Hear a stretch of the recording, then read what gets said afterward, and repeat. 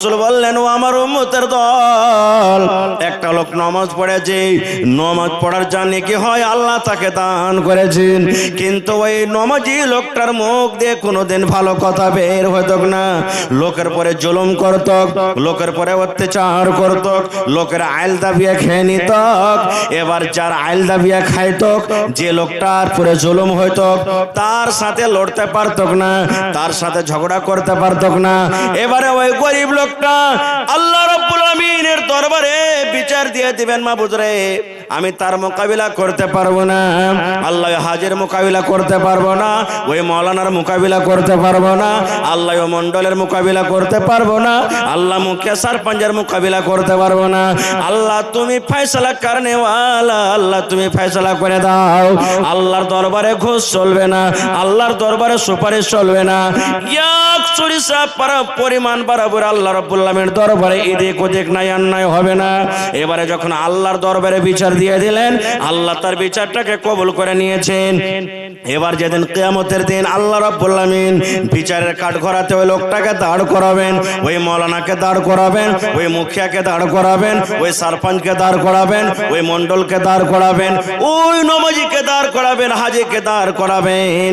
এবার যখন হিসাব কিতাব হয়ে গেল, লোকটা যখন জান্নাতের দিকে হাঁটতে লাগবে, এবার দুনিয়াতে যার পরে জুলুম অত্যাচার করা হয়েছে, ওই লোকটা দৌড়াতে দৌড়াতে দৌড়াতে দৌড়াতে আল্লাহর দরবারে আসবেন, বলবেন রব্বুল আমিন, আল্লাহ দুনিয়াতে তোমাকে ফয়সালা দিয়েছিলাম, আল্লাহ তুমি আজকে আমাকে ইনসাফ করে দাও, আল্লাহ তুমি ফয়সালা করে দাও, আল্লাহ তুমি বিচার করে দাও। আল্লাহ দুনিয়াতে বিচার করার আমার ক্ষমতা ছিল না, আমাকে কেউ বিচার করে দেয়নি, আল্লাহ তুমি আজকে আমাকে ফয়সালা করে দাও। এবার রব্বুল আলামিন বলবেন, বান্দারে কি তোমার ফয়সালা, কার কাছে তুমি ফয়সালা নেবে? বলবেন, আল্লাহ যেই লোকটাকে তুমি জান্নাত ঘোষণা করে দিয়েছো, লোকটা জান্নাত যাবে, আল্লাহ ওই লোকটার পরে আমার এইটা হলো বিচার, যে লোকটা দুনিয়া আমাকে গালি দিয়েছিল, দুনিয়াতে আমাকে মেরেছিল, দুনিয়াতে আমার আইল দাবিয়ে খেয়েছিল, দুনিয়াতে আমার পেটের সাথে অন্যায় করেছিল, দুনিয়াতে আল্লাহ আমার উপরে জুলুম অত্যাচার করেছিল।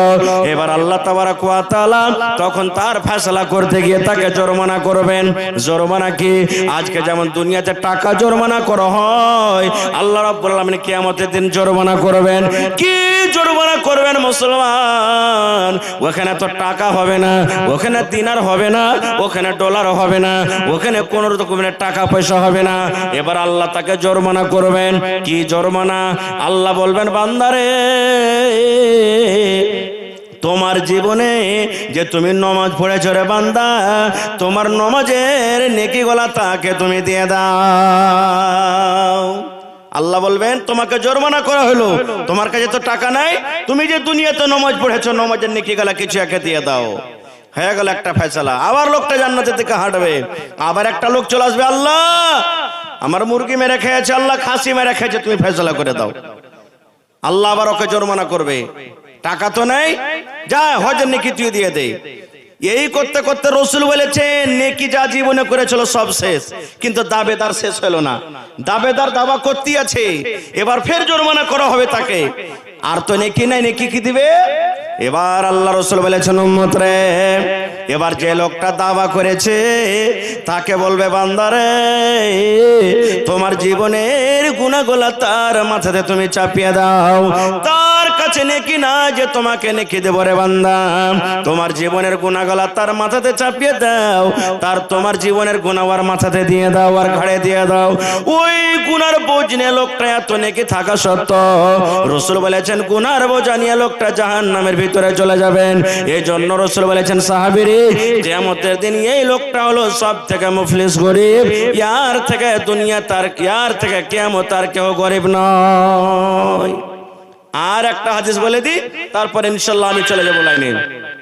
আমরা কোন নবীর উম্মত ভাই? জোরে বলেন। হায় রে আল্লাহ, আমরা কোন নবীর উম্মত? শেষ নবী মুহাম্মদ সাল্লাল্লাহু আলাইহি সাল্লাম। জোরে বলেন, মুহাম্মদ সাল্লাল্লাহু আলাইহি সাল্লাম। কিয়ামত আল্লাহুস সামাদ। আল্লাহ বাচ্চারাকে ইনশাআল্লাহ এই সাথে কোনোদিন বলবো, সময় খুব কম।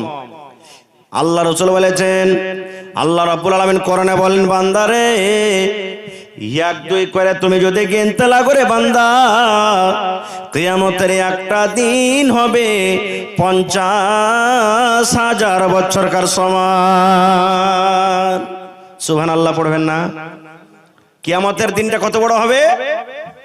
50,000 বছরকার সমান দিন হবে। মাথার উপরে সূর্য থাকবে, কতখানি উঁচাতে সূর্য থাকবে? ওলামায়ে কেরাম বসে আছেন, জিজ্ঞাসা করবেন। আল্লাহ রাসূল বলেছেন, উম্মত রে, 1 মাইল উঁচাতে সূর্য থাকবে। মাইল কাকে বলা হয়েছে? মুহাদ্দিসিনে কেরাম বলেছেন, মাইল মানে এই যে আমার ভাইরা মায়েরা খালারা সুরমা লাগায় চোখে, এই যে সুরমাতে ডাঁটি খান যা আছে, খিলখান আছে, যে জিনিসটাতে সুরমা লাগায় ওকে মাইল বলা হয়েছে। কিংবা দুনিয়ার নাপ যে আছে একে মাইল বলা হয়েছে। আল্লাহ রাসূল বলেছেন, উম্মত কিয়ামতের দিন 1 মাইল উঁচাতে সূর্য থাকবে। আজকে ঠান্ডার কারণে আপনি টুপিতে আছেন, পরনে আপনার জ্যাকেট আছে, ফুল প্যান্ট আছে, পায়ে জুতা মুন্দা আছে। আল্লাহ রাসূল বলেছেন, উম্মত রে, ওই কিয়ামতের দিন তোমার মাথাতে কোনো ছায়া হবে না রে উম্মত। তোমার মাথাতে টুপি হবে না, তোমার মাথাতে মফলার হবে না, তোমার গায়ে কোন রকমের জ্যাকেট হবে না, পায়ে তোমার জুতা মুঞ্জা হবে না। আল্লাহ রাসূল বলেছেন, উম্মত মায়ের পেট থেকে যেমন তুমি এসেছো, তোমার খাতনা করা ছিল না, ওই মতো বিনা খাতনাতে আল্লাহর সামনে তোমাকে দাঁড় হইতে হবে। নর হোক কিংবা নারী হোক, বেটা ছেলে হোক কিংবা বেটি ছেলে হোক, সমস্ত লোককে ন্যাংটা হয়ে উলঙ্গে আল্লাহর সামনে দাঁড় হইতে হবে। যখন কথাটা বলা, আল্লাহ নবীর স্ত্রী মা আয়েশা রাদিয়াল্লাহু তাআলা আনহা মুখখানটাকে লজ্জার কারণে এরকম ভাবে ঘুরিয়ে নিলেন। আর ঘুরিয়ে নেওয়ার পর বলছেন, ইয়া রাসূলুল্লাহ, কেমন কথা বলছেন গো দয়ার নবী? ওখানে বেটা ছেলে আর বেটি ছেলে উলঙ্গ হয়ে থাকবে, নর নারী উলঙ্গ হয়ে থাকবে। কেমন করে নিজের ইজ্জতটাকে ঢাকবো গো নবীজি? নিজের শরমগাটাকে কেমন করে ঢাকবো? কেমন করে পর্দা করবো গো নবীজি? এইবারে নবী বলছেন, আয়েশা রে, কিয়ামতের দিনটা এমন হবে রে আয়েশা, কিয়ামতের দিনটা এমন কঠিন দিন হবে, কিয়ামতের দিনটা এমন ভয়ঙ্কর দিন হবে। ও আমার বিবি আয়েশা শোনো, বাচ্চা মায়ের পেটে রয়েছে। ওরে আল্লাহ, মায়েরা খালারা জানেন, বাচ্চা যখন দুনিয়াতে আসে, হায়রে মায়ের কষ্ট, হাও মাও করে মা কত চিৎকার করে। এক একটা যখন ব্যথা আসে, মা এটাই মনে করে, আল্লাহ রে, মরে যাওয়ার ভালো, কিন্তু আল্লাহ এরকম জ্বালা যন্ত্রণা আমরা সইতে পারি না। কত মায়েরা খালারা কষ্ট পায় আপনারা জানেন, মায়েরা জানেন। এত কত কষ্ট থাকা সত্ত্বেও রে আল্লাহ রাব্বুল আলামিন কোরআনে সূরাতুল হজে বলছেন, দেখবেন এরা দুনিয়ার মানুষ, মা খালাদের সন্তান তো দুনিয়াতে হয়, মায়েরা কষ্ট পান। এই কষ্টর থেকেও কত বড় কষ্ট কিয়ামতের কষ্ট হবে। আল্লাহ বলেন, কিয়ামতের ডরে, কিয়ামতের ভয়ে, কিয়ামতের ভয়ে ওই মা খালাদের পেট থেকে কখন বাচ্চা খালাস হয়ে যাবে, ওই মায়েরা জানতে পারবে না যে আমার পেটে বাচ্চা আছে, কে খালাস হয়ে গেছে। এত কঠিন। আপনারা বলেন, এই যে সামনে রোজা আসছে কয়েক মাস পর, রোজার দিনে যেদিন দিনটা করা হয়, সেদিন এমন মনে হয়েছে যে কিছু খাবো না, 2, 4, 5 গ্লাস 10 গ্লাস যা আছে শুধু শরবতই পান করবো। এরকম হয়েছে না, হয় না? এরকম হয়েছে না, হয় না? ভাই যারা পিছনে আছেন, ভাই সামনে থেকে সামনে চলে এসেন, ভাই সাইড দিয়ে মেহরবানি করে। আর যারা পাশে আছেন, বসে যান একটু মেহরবানি করে। তো ভাই আমার খারজা হোক, এই রমজান মাসে রোজার দিনে যেদিন একটু দিনটা করা হয়, পানি খাওয়ার মন হয় না, হয় না? জোরে বলেন, হয় কি হয় না? ইফতারি করতে যাবেন, সুবহানাল্লাহ, আপনাকে নাস্তা দিয়েছে, খাওয়ার মন হবে না, পানি খেয়ে চলে যাবেন মনে, এরকম হয়। ওরে আল্লাহ, আল্লাহ রাসূল বলেছেন, উম্মত রে, ওই কিয়ামতের দিন, ওরে সুবহানাল্লাহ, মাথার উপরে সূর্য, এই যে আজকে ঠান্ডা না লেগে যায়, শীত না লেগে যায়, উপরে টেন্ট লাগা হয়েছে। এবার তো আসমান থাকবে না, টেন্ট থাকবে না, মসজিদ থাকবে না, মাদ্রাসা থাকবে না, কোনো গাছগাছালির ছায়া থাকবে না, মাথার উপরে মাত্র সূর্য ধরা হয়ে যাবে। আল্লাহ রাসূল বলেছেন, ওই কিয়ামতের দিন কোনো ইন্দারা হবে না, কোনো কল হবে না, কোনো মোটর হবে না, একটাই কুয়া থাকবে, একটাই পুকুর থাকবে, একটাই নদী থাকবে, একটা হজ থাকবে। সেই হজের নাম হবে হজে কাউসার। আল্লাহ রাব্বুল আলামিন নবীকে বলছেন, ইন্না আতাইনাকাল কাউসার। হে নবী, কিয়ামতের দিন আমি আল্লাহ আপনাকে একটা হজ দান করব, যে হজটার নাম হবে কাউসার, যে পুকুরটার নাম হবে কাউসার, যে কুয়াটার নাম হবে কাউসার। কাউসারের পানিটা কেমন হবে? আল্লাহ রাসূল অন্য হাদিসে বলেছেন, উম্মত রে, দুধ যে দেখো তোমরা সাদা হয়, দুধের মতন পানিটা সাদা হবে। শাহাদ মধু যা আছে, মধু তো এক মিষ্টি হয়, এই মধু শাহাদ থেকে পানিটা মিষ্টি হবে। আল্লাহ রাসূল বলেছেন, দুনিয়াতে আমরা টিনের গিলাসে, স্টিলের গিলাসে, কাঁচের গিলাসে, আমরা কাঁচের গিলাসে আমরা খাই, পানি পান করি। আল্লাহ রাসূল বলেছেন, উম্মত রে, আল্লাহ তাবারক ওয়া তাআলা কিয়ামতের দিন নবীকে হজ দান করবেন। হজের কাঁদাতে কাঁদারে সোনা এবং চাঁদের কাটোরা থাকবে, পানিটাকে পান করাবে আমার আপনার দয়ার নবী, পানি পান করাবেন। পানির গুণ কত হবে বলে আল্লাহ। আল্লাহ রাসূল বলেছেন, উম্মত রে, আমি নবী আমার উম্মতকে এক গ্লাস পানি ধরিয়ে দিব। ওই এক গ্লাস পানি যখন পান করা হয়ে যাবে রে উম্মত, জান্নাত যাওয়া পর্যন্ত আমার উম্মতকে কিন্তু আর পিপাসা লাগবে না। 50,000 বছরকার সমান দিনে আর তাকে পিপাসা লাগবে না, এত পানির গুণ হবে কিনা ভাই? মাশাআল্লাহ। এই গ্রামে বাড়ি নাকি? সন্দালপুর থেকে মুরসালিন ঠিকাদার ভাই 2000 টাকা দান করেছেন, মাশাআল্লাহ। আর 2 মিনিট সময় নিব ভাই, দেন ইনশাআল্লাহ আমি কালেকশনের দিকে যাব। তো ভাই আর 3000 টাকা পারবেন না দিতে আল্লাহর রাস্তায়? প্রথম মাদ্রাসার জন্য আল্লাহ আপনাকে ভালো রাখবে, দোয়া করছি যাতে আল্লাহ আরো বড় ঠিকাদার আপনাকে বানায়। 1000, মাশাআল্লাহ। ঠিক আছে, দেন। মুরসালিন ভাই 3000 টাকা দান করলেন, আমি দোয়া করে দিচ্ছি ভাই ইনশাআল্লাহ পরে। তো ওই কিয়ামতের দিন হৌজে কাউসারের পানি এক গ্লাস পান করবেন, 50,000 বছরকার সমান দিনে আর পিপাসা লাগবে না। কার হাতে পানি পান করতে হবে? কে পানি পান করাবেন? জোরে বলেন। নবীজি পানি পান করাবেন। আচ্ছা বলেন তো, মনে আশা লাগে না যে নবীর হাতে পানি পান করব?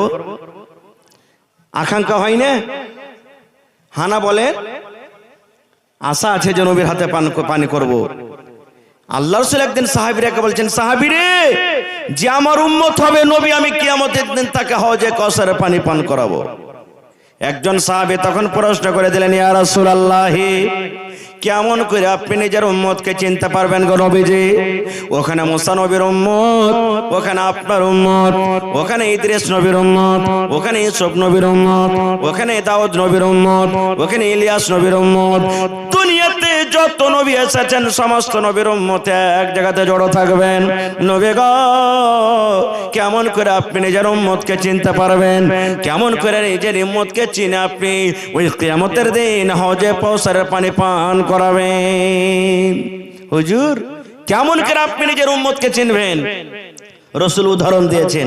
রে আমার সাহাবী, শুনো তো, একটা লোকের ঘোড়া আছে, সমস্ত ঘোড়া হলো কালো। ঘোড়ার রং কি? জোরে বলে। কালো। 200, 300, 400, 500 যত ঘোড়া থাক, সমস্ত ঘোড়ার রং হলো কালো। আর একটা লোকের ঘোড়া আছে চিতকাবরা। চিতকাবরা বুঝেন? চক্রা পোখরা যাকে আমরা বলি, বুঝতে পারছেন তো? চক্রা পোখরা ঘোড়া দৌড়াতে দৌড়াতে কালো ঘোড়ার মধ্যে যদি ঢুকে যায়, তো রাসূল বলছেন কালো ঘোড়ার ভিতরে ওই চক্রা পোখরা ঘোড়াটা চিনতে পারা যাবে না? যাবে না?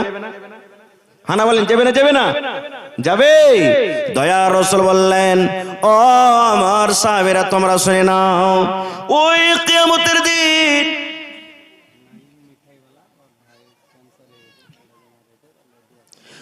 ওই কিয়ামতের দিন বলেছেন, উম্মত রে, যে আমার উম্মত হবে আমি এরকম ভাবে চিনে নেব। কেমন করে চিনব? রাসূল বলেছেন, যে আমার উম্মত হবে 5 ওয়াক্ত নামাজ আদায় করবে, 5 ওয়াক্ত নামাজ পড়বেন, আর 5 ওয়াক্ত নামাজ পড়তে গেলে ওযু করতে হবে, বিনা ওযুতে নামাজ হবে না। আল্লাহ রাসূল বলেছেন উম্মত ওযু করতে গেলে হাত ধুইতে হবে, ওযু করতে গেলে চেহারা ধুইতে হবে, ওযু করতে গেলে পা ধুইতে হবে। এই ওযুর জায়গাগুলা যে মতো সূর্য আকাশে ঝলমল করে জ্বলে, এই যে হেলাজুন দেখেন জ্বলে, এই মার্কারি দেখছেন জ্বলে, এই মতো কিয়ামতের দিন আল্লাহ রাসূল বলেছেন যারা আমার উম্মত হবে ওযুর জায়গাগুলা ঝলমল ঝলমল করে জ্বলবে, ওযুর জায়গাগুলা ঝলমল ঝলমল করে চমকিবে। আমি তখন জানতে পারবো এই কিয়ামতের দিন যত লোক ঝলমল ঝলমল করে জ্বলছে, যার চেহারা জ্বলছে, হাত জ্বলছে, পা জ্বলছে, ঝলমল ঝলমল করে চমকেছে, এগুলা হলো আমার উম্মত। আমি কিয়ামতের দিন নবী ডেকে সমস্ত লোককে নিজের হাতে হাউজে কাউসারের পানি পান করাবো। যে আমার উম্মত হবে, যে আমার উম্মত হবে, আমি ঝলমল ঝলমল করে চমকিবে, ওই জানতে পারবো এগুলো হলো আমার নবীর উম্মত। আচ্ছা বলেন তো আল্লাহ রাসূল কি বললেন কথাটা?